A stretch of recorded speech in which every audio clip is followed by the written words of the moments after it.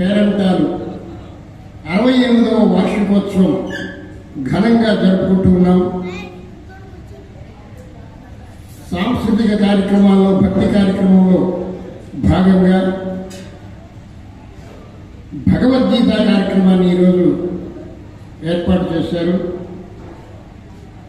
ఈ కార్యక్రమం పూజారి రత్నమ్మ గారి మనవడు పూజారి సత్యనారాయణ గారి సౌజన్యంతో ఏర్పాటు చేశారు. వారికి, వారి కుటుంబానికి శ్రీ అచ్చమ్మ తల్లి ఆయురారోగ్య ఐశ్వర్య భోగభాగ్యం నుంచి సదా రక్షించుగాక అని ప్రార్థిస్తున్నాను.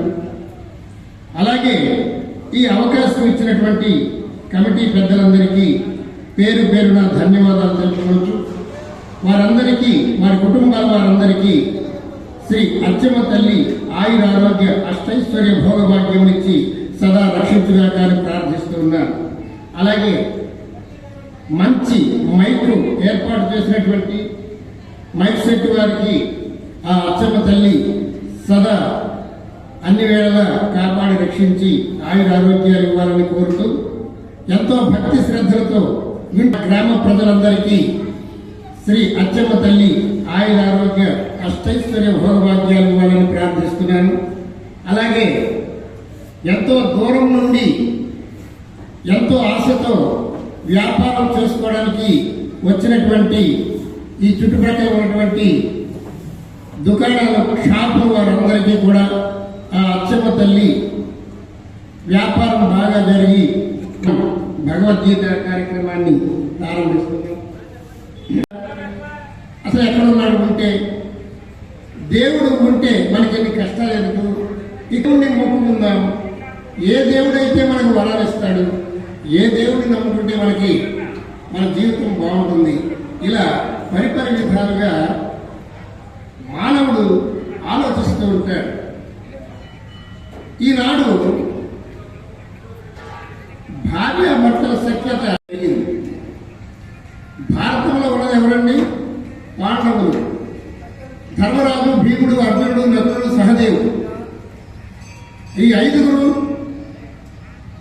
ఐదుగురికి భార్య ద్రౌపది. ఈ అన్నదమ్ములు సఖ్యత ఎలా ఉండాలో మనకి భారతం బాగా నేర్పుతుంది. అన్నగారి మాటను ఎంత గౌరవించారో భీమ, అర్జున, నకుల, సహదేవులు భారతంలో మనకి చాలా స్పష్టంగా మనకు వివరించడం జరుగుతుంది. కానీ ఈనాడు అన్నదమ్ములంటే ఒకరికొకరికి పడదు. ఒకే తల్లి కడుపున పుట్టినటువంటి బిడ్డలు కూడా ఒకరికొకరు బద్ధ శత్రువులా బ్రతుకుతున్నారు. ఎదురెదురు పెట్టినా మాట్లాడుకోలేని పరిస్థితి ఉంది. ఆ ఇంటి మీద కాకి ఈ ఇంటి మీద వాళ్ళలేదు, ఈ ఇంటి మీద కాకి ఆ ఇంటి మీద వాళ్ళలేదు. ఇలా ఎన్నో రకాలైనటువంటి సమస్యలు, ఎన్నో రకాలైనటువంటి ఇబ్బందులతో ఇప్పుడు జనం అందరూ సతమతమైపోతూ ఉన్నారు. మరి ఇలాంటి వాళ్ళందరికీ మన భగవద్గీత ఏమైనా సహాయం చేస్తుందా అంటే పూర్తి సహాయం చేస్తుంది. అందులో అనుమానం ఏమీ లేదు. భగవద్గీతను వింటే చాలయ్యా, నీకున్నటువంటి సమస్యలన్నీ తొలగిపోతాయి అని వ్యాస భగవాను వారు చెప్తూ ఉండడం జరిగింది. అన్నగారిని ఎలా గౌరవించాలి, తమ్ముడిని ఎలా అన్న గౌరవించాలి, ఇవన్నీ విషయాలు కూడా భారతంలో ఉన్నాయన్నమాట. అలాంటి అద్భుతమైనటువంటి విషయాలు ఈ భారతంలో భగవద్గీతలో ఉండబట్టి 96 దేశాల వాళ్ళు ఈ భగవద్గీతని అత్యుత్తమ గ్రంథంగా ఎంచుకుని వాళ్ళ భాషల్లో దీన్ని తర్జుమా చేసుకుని, చైనా వాళ్ళు చైనా భాషలో, రష్యా వాళ్ళు రష్యా భాషలో, ఇలా భారత భాగవతాన్ని, ఈ భగవద్గీతని శ్లోకాన్ని తర్జుమా చేసుకుని వాళ్ళ స్కూల్లో పాఠ్యాంశంగా పెట్టడం జరిగింది. ఎవరైనా సరే భగవద్గీత నేర్చుకుని తీరాలి, భగవద్గీతలో పరీక్ష పెడతారు. ఆ పరీక్షలో పాస్ అయితేనే నెక్స్ట్ క్లాస్కి పంపిస్తారు, లేకపోతే పంపించారు. అంతా ఇతర దేశాల్లో ఈ భగవద్గీతని అలా పాటిస్తున్నారు. ఇది భగవద్గీత మన దేశంలో పుట్టిన దీన్ని మనం మర్చిపోతూ ఉన్నాం. ఎందుకంటే పెద్దలే దాని మీద శ్రద్ధ పెట్టలేదు.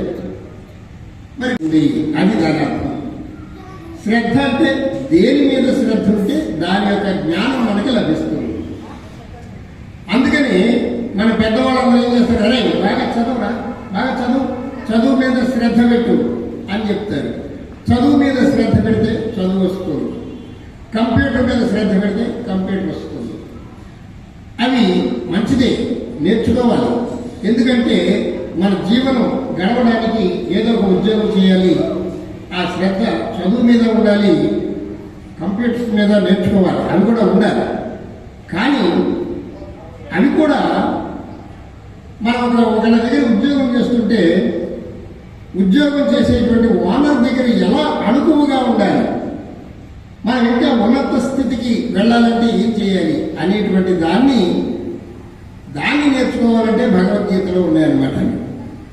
కంప్యూటర్స్ నేర్చుకోవడం, విద్య నేర్చుకోవడం అవన్నీ కూడా మన క్లాసులో నేర్చుకున్నా ఆ విద్యని ఎలా రాణింపజేసుకోవాలి, ఎలా డెవలప్ చేసుకోవాలి అనేటువంటి విధానం దీంట్లో ఉందన్నమాట. అంచేత శ్రద్ధావాన్ లభతే జ్ఞానం, శ్రద్ధ కలిగినటువంటి వాళ్ళకి జ్ఞానం వస్తుంది. తత్పర సంయతే ఇంద్రియ, ఇక్కడ అర్థం ఏంటంటే శ్రద్ధావాన్ లభతే జ్ఞానం. ఈ భగవద్గీత మీద కనుక కొంచెం శ్రద్ధ పెట్టవయ్యా, నువ్వు చదువు మీద ఎలా శ్రద్ధ పెడుతున్నావో, కంప్యూటర్స్ నేర్చుకోవడం మీద ఎలా శ్రద్ధ పెడుతున్నావో, అలాగే ఈ భగవద్గీత మీద కూడా కొంచెం శ్రద్ధ పెడితే నీ యొక్క జీవితం ఉన్నత స్థాయికి వెళ్ళిపోతుందన్న. కొంతమంది చూడండి, ఈ రోజుల్లో కంప్యూటర్స్ నేర్చుకొని సాఫ్ట్వేర్ ఇంజనీర్లు అయ్యి మన దేశంలో కాకుండా ఇతర దేశాల్లోకి వెళ్ళి ఉద్యోగాలు చేస్తూ లక్షలు సంపాదిస్తున్నారు.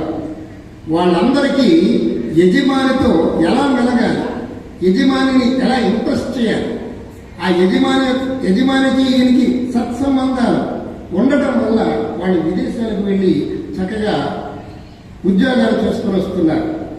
అది వాళ్ళ తల్లిదండ్రులు వాళ్ళ యొక్క సంస్కారాన్ని బట్టి వాళ్ళ తల్లిదండ్రులు నేర్పినటువంటి గొప్ప విషయం అది. కానీ కొంతమంది చూడండి, విద్య చాలా ఉంటుంది, చాలా బాగా చదువుకుంటారు, మార్కులు బాగా వస్తాయి, కానీ ఉద్యోగం దొరకదు. ఒకవేళ దొరికిన వాడు ఎక్కువ రోజులు చేయడు ఆ ఉద్యోగంలో ఎలాగా రాణించాలో తెలియదు. ఇవన్నీ కూడా చాకచక్యంగా తెలుసుకోవాలంటే ఈ భగవద్గీతను కూడా కొంచెం దాని మీద కూడా శ్రద్ధ పెట్టాలయ్యా, పురాణాల మీద కూడా కొంచెం శ్రద్ధ పెట్టాలి అని మన పూర్వీకులు, పెద్దలు, మహర్షులు చెప్తూ ఉన్నారన్నమాట. లభతే జ్ఞానం, జ్ఞానం వస్తుందిట. ఏ జ్ఞానం? తత్పర సంయతే ఇంద్రియ, మన ఇంద్రియాలను జయించేటువంటి శక్తి మనకు వస్తుంది. ఈ భగవద్గీత ఎప్పుడైతే మనం విన్నామో మన ఇంద్రియాలని జయించేటువంటి శక్తి మనకు వస్తుందిట. అంటే ఇంద్రియాలు అంటే ఏమిటి? మనకి దశేంద్రియాలు ఉంటాయి, కర్మేంద్రియాలు 5, జ్ఞానేంద్రియాలు 5.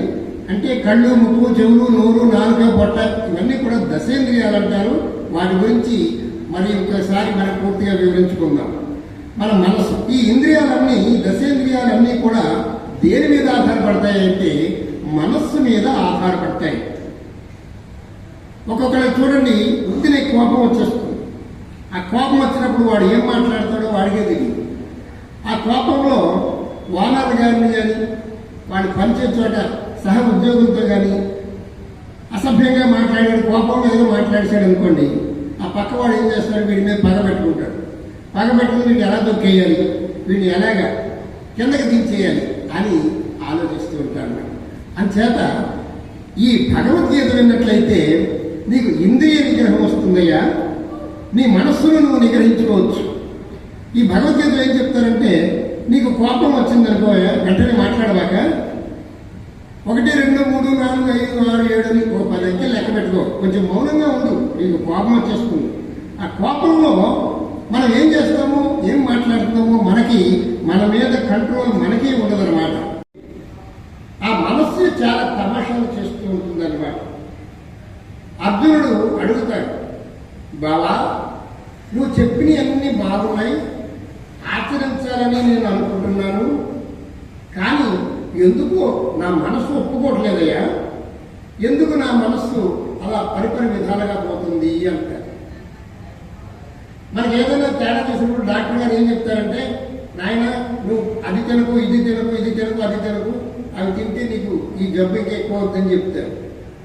కానీ మన ఇంటికి వచ్చేటప్పటికి మనకి డాక్టర్ గారు ఏది తినొద్దన్నారో దాని మీదే మనసు లాగుతూ ఉంటుంది అన్నమాట.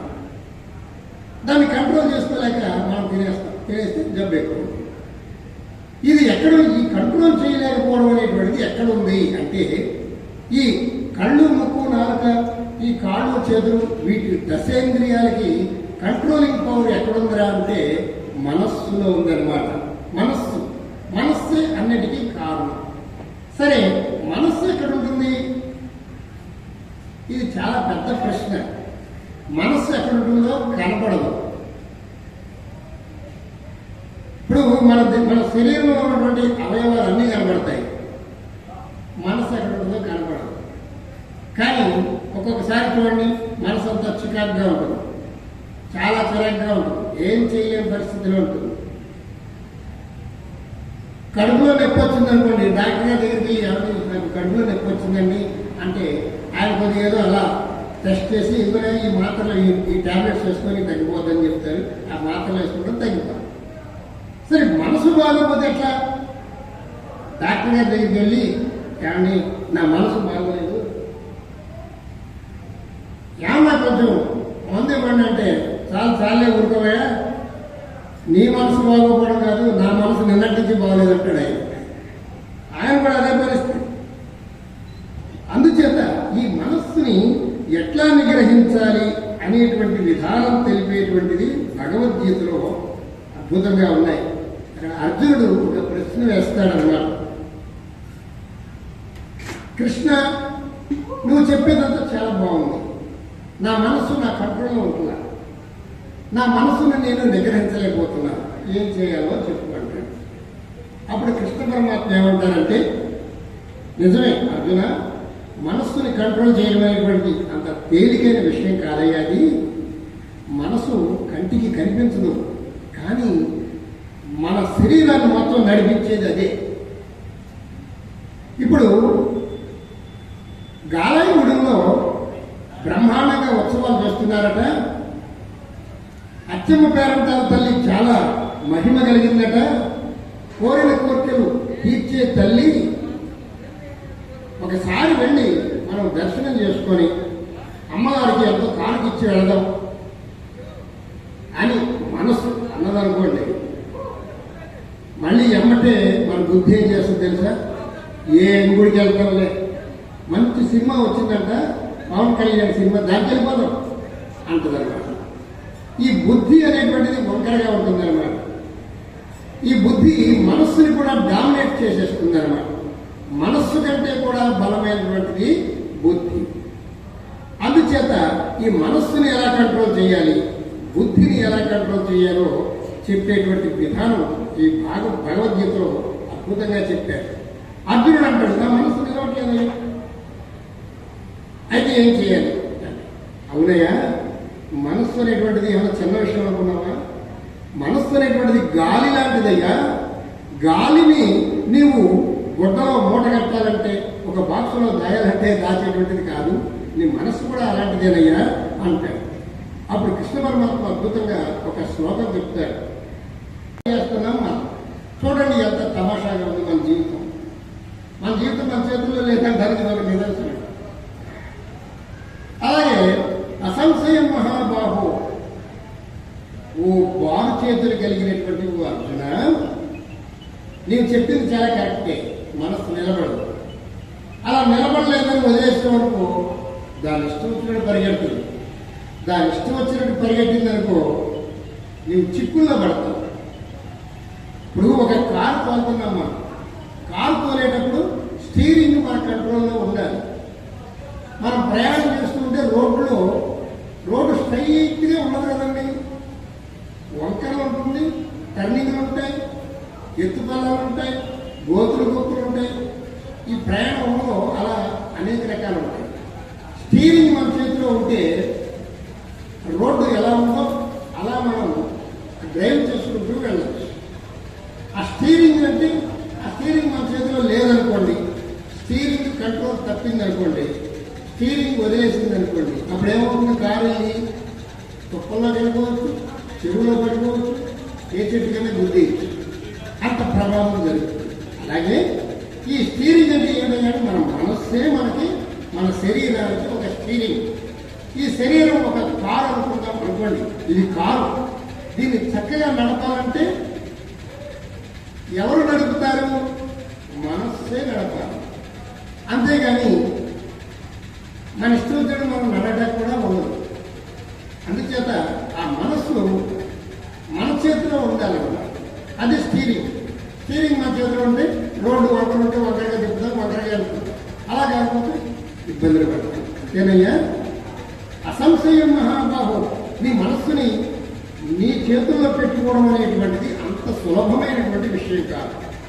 అలా అని వదిలేస్తే దాని ఇష్టం చూడేది వెళ్ళిపోయిందనుకో, నీ జీవితం నాశనం అయిపోతున్నాయా. అందుచేత ఏం చేస్తావంటే అభ్యాసేనతో కౌంతేయ వైరాగ్యేనచ గుహ్యతే. చాలా అద్భుతంగా చాలా సులువుగా చెప్తారన్నమాట కృష్ణ పరమాత్మ. ఏం చేయాలి? నా మనసు నా కంట్రోల్లో ఉండలేదు అంటే నువ్వు అభ్యాసం చేయవయ్యా. నీ మనస్సుని నువ్వు కంట్రోల్లో పెట్టుకునేలాగా మనస్సుకి ట్రైనింగ్ ఇవ్వు. నీ మనస్సుని నువ్వు కంట్రోల్లో పెట్టుకునేలాగా అభ్యాసం చేయాలి. అభ్యాసం అంటే నేర్చుకోవడం. ఒక్కొక్కరు చూడండి, ఇంగ్లీష్లో అనర్గళంగా దంచేస్తూ ఉంటారు స్పీచ్, ఇంగ్లీష్లో బ్రహ్మాండంగా మాట్లాడేస్తూ ఉంటారు. వాళ్ళకి ఆ శక్తి ఎలా వచ్చింది ఆలోచించండి. చిన్నప్పటి నుంచి చక్కగా ఇంగ్లీష్ బాగా నేర్చుకోవడం వల్ల ఆ ఇంగ్లీష్ బాగా వంట పట్టేసి ఇంగ్లీష్ అనర్గళంగా మాట్లాడేటువంటి పరిస్థితి వాళ్ళకు వచ్చింది. అదే చదువు రాకుండా ఇంగ్లీష్ మాట్లాడతారా? మాట్లాడలేదు కదా. ఇతను అభ్యాసం చేయలేదు. అభ్యాసం చేయలేదు కాబట్టి అతనికి రాలేదు. అభ్యాసం అంటే నేర్చుకోవడం. అలాగే ఎలా అయితే ఇంగ్లీషు అనర్గళంగా మాట్లాడేటువంటి స్థితి ఎప్పుడు వచ్చింది? అది ఎక్కడి నుంచి నేర్చుకున్నాడు? ఏబిసిడీలు కానించి పాఠాలు అన్నీ నేర్చుకుని ఒక 10 సంవత్సరాల అభ్యాసం చేస్తే అప్పుడు ఆయనకు ఇంగ్లీష్లో అనర్గళంగా మాట్లాడేటువంటి శక్తి వచ్చింది. అలాగే ఈ మనస్సును కూడా కంట్రోల్ చేయాలి. ఈ మనస్సు ఏదో చెప్తుంది, ఇది మంచిదా చెడుదా, మంచిగా చెడా, మంచిగా చెడా అని ఆలోచించుకోవాలి. ఆలోచించుకుని చెడు అయితే వెంటనే పోతూ దాని జోలికి వెళ్ళదు, అది మనకు మంచిది కాదు అని మనం నిగ్రహించుకోవాలి. అలా మన మనస్సుని అలా అభ్యాసం చేయాలి. అభ్యాసం చేస్తే సాధ్యం కానిటువంటిది ఏదీ లేదు అన్నారు. సాధనమున పనులు సమకూరు ధనలోన అన్నారు. మన సాధన చేస్తే సాధించలేదు ఏదీ లేదు అన్నారు. ఇప్పుడు సంగీతం చూడండి, కొంతమంది బ్రహ్మాండంగా పాడుతుంటారు. వాళ్ళకి ఆ శక్తి ఎలా వచ్చింది? సంగీతం బాగా నేర్చుకొని 5-6 సంవత్సరాలు గురువు గారి దగ్గర నేర్చుకొని 1-2 సార్లు తప్పులు పాడినా మళ్ళీ నేర్చుకుని వాళ్ళు చక్కగా పాడుతూ ఉంటే మనకి చెవులకి ఎంతో ఆనందంగా ఉంటుంది. ఎంత బాగా పాడారు. ఎస్పి బాలసుబ్రహ్మణ్యం గారు ఎంత చక్కగా పాడతారు, ఎంత బాగున్నాయి పాటలు అంటారు. అది ఎలా వచ్చింది ఆయనకి ఆ స్థితి అంటే అభ్యాసేనతు కౌంతేయ, అభ్యాసం చేశాడయ్యా ఆయన. ఆయన ఎంత కష్టపడ్డాడు.